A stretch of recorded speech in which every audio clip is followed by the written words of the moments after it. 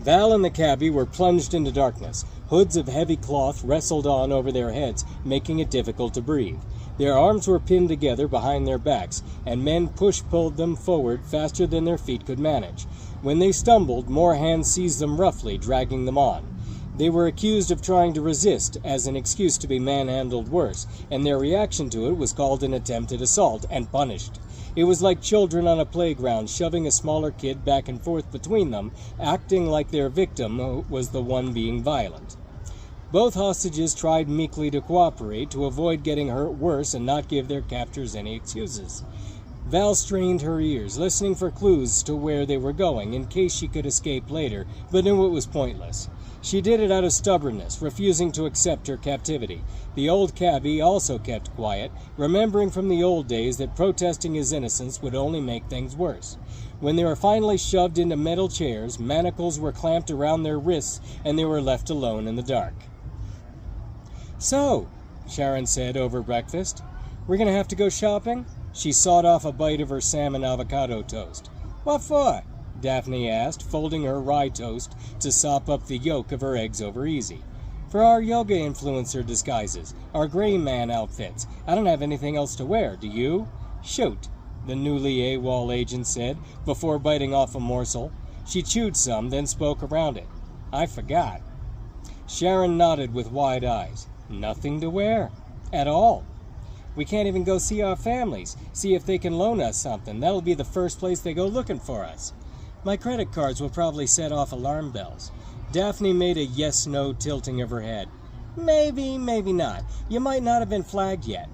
She didn't want to turn Sharon off to the idea because they were about the same size. She was hoping Sharon would splurge, and when she double-crossed her later, she could get the car and a new wardrobe.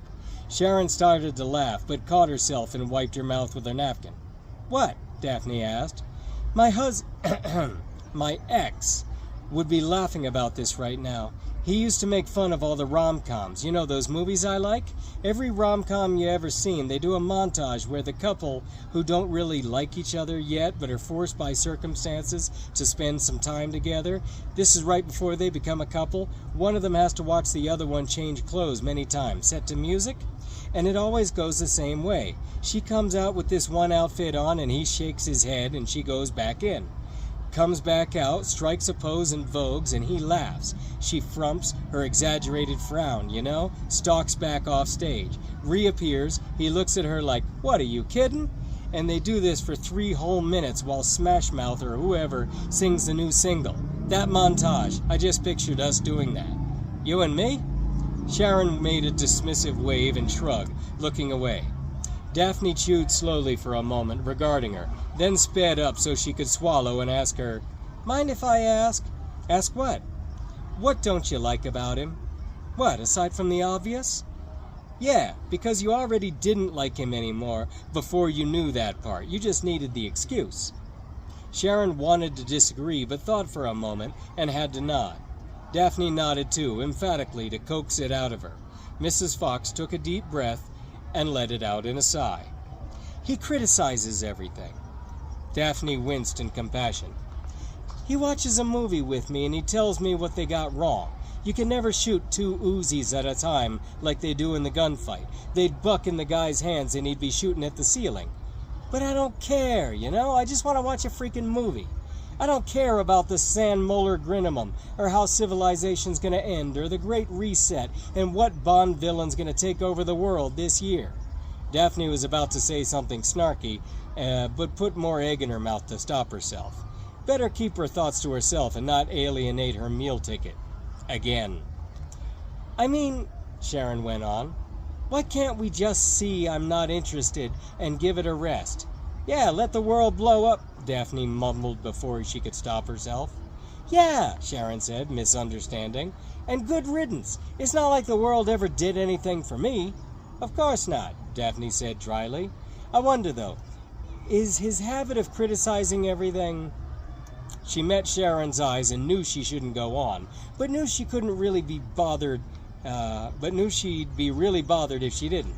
"Sorry, devil's advocate here. What if, And I'm just guessing here, this bad habit of his comes from having to find the weakness in everything, the chink in the armor, to steal the whatever, the crown jewels, the priceless painting, the whatever it was. He constantly sizes things up, figuring out how to defeat them. If he's always going out on missions and risking his life, he's got to analyze his enemy and come up with a dozen plans, one for every contingency, so that's ingrained in him now. It's who he is. She paused, watching Sharon's stony expression, then shrugged and dabbed a piece of papaya with her fork. I don't know, maybe I'm wrong. It's just a thought. They ate in silence for a tense minute and a half before it became too much for Mrs. Fox. So if you know so much about my husband, she finally said, maybe you could clue me in? What you want to know? Daphne asked smugly. Everything?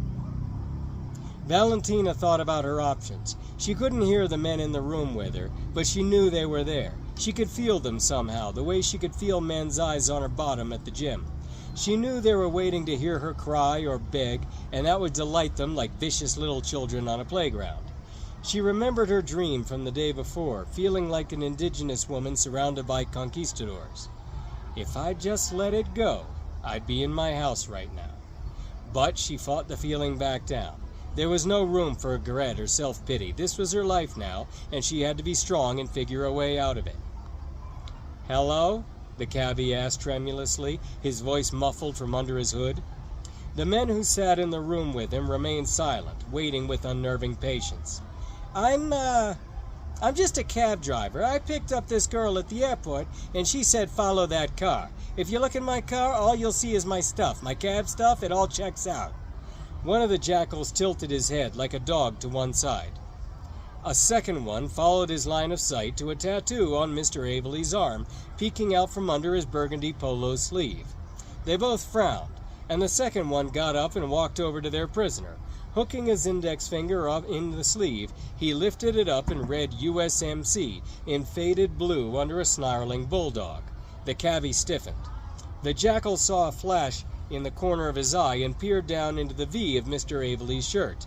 A metallic glint seemed to call him, like some lost talisman in the long undisturbed dust of a wizard's tomb.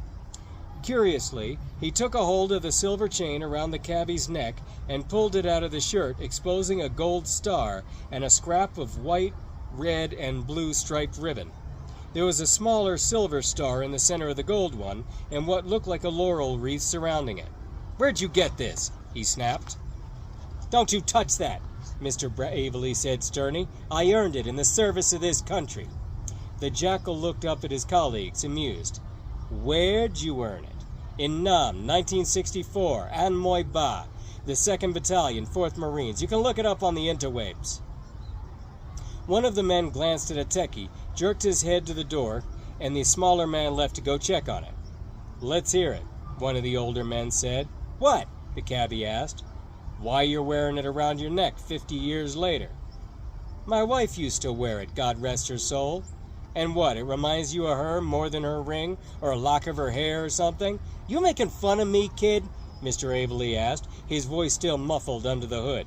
"Yeah, I needed to feel brave now that I don't have her anymore. How's that? You feel big making me admit that out loud?" And the jackals laughed.